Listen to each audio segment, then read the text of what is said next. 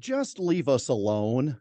I'm Jeff Stein with today's Iowa Politics Report. That's my view about government these days. It seems like the more government does to try to help, the worse things get. Now, some of that is because of government's misguided idea that they know better and we should just be grateful for their benevolence. Some of it, frankly, though, is also incompetence. Now, this is nothing new, but I thought of it again this past weekend when folks in Washington floated the trial balloon of a 4-day work week for Americans. Now, notice, this is not taking the 40-hour work week and spreading it out over only 4 days, which has been popular with some aspects of the workforce.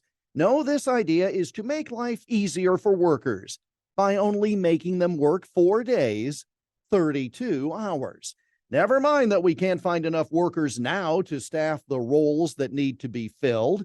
Let's cut current workers' hours by 20% and see what that does for productivity and our ability to compete in the global marketplace. And presumably those with this genius idea would say that if 32 hours was the normal maximum work week, then overtime gets triggered sooner.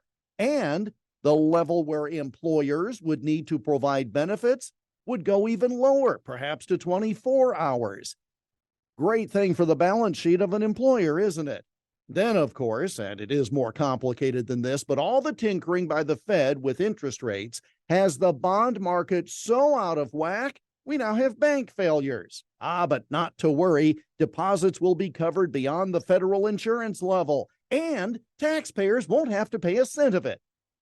I saw one commentator suggest that this is being done through the economic principle known as magic.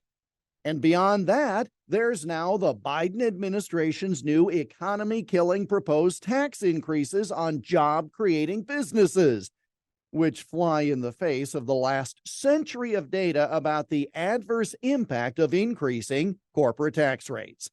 So thanks, but no thanks. Stop trying to help the free market, which does really well when left alone. The rest of us really do too. And that's the Iowa Politics Report for Tuesday, March 14. On Twitter, Instagram, Getter, Parler, and Truth Social at Iowa Politics. I'm Jeff Stein on News Talk 1540 KXEL.